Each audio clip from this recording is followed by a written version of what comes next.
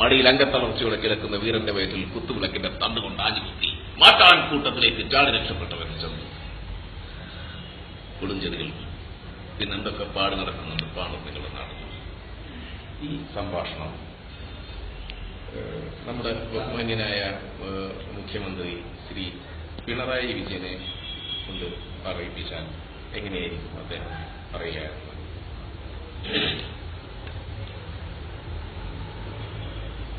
അപ്പോ ഇരുപ്പാണി തട്ടി മുളയാണി വെച്ച് എന്നാണ് പറയുന്നത്. എന്താ നിങ്ങൾ മനസ്സിലാക്കിയത്?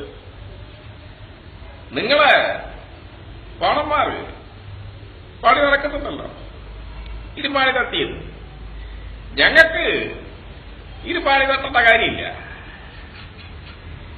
ഞങ്ങള് മുളയാണി വെക്കുന്ന ആളുകളല്ല. ആണി എവിടെ വെക്കണമെന്ന് ഞങ്ങൾക്കറിയാം. അതുകൊണ്ട് നിങ്ങൾ പാടി നടക്കുന്ന കാര്യങ്ങളൊന്നും ശരിയല്ല. പിന്നെ പൊൻകാരെ കൊണ്ട് ചുരുക്കം വളക്കി എന്നാണ് പറയുന്നത്. ആരാ പൊൻകാരം കൊണ്ട് ചുരുക്കം വളക്കിയത്? ഞങ്ങളാണോ പൊൻകാരം കൊണ്ട് ചുരുക്കം വളക്കിയത്? നിങ്ങൾക്ക് തന്നെ ആലോചിച്ച് നോക്കാവുന്ന കാര്യമാണല്ലോ. അതുകൊണ്ട് അത്തരം ആരോപണങ്ങളൊന്നും ഞങ്ങളെ ബാധിക്കുന്ന കാര്യമല്ല. അതൊക്കെ അവിടെ വെച്ചാണ്.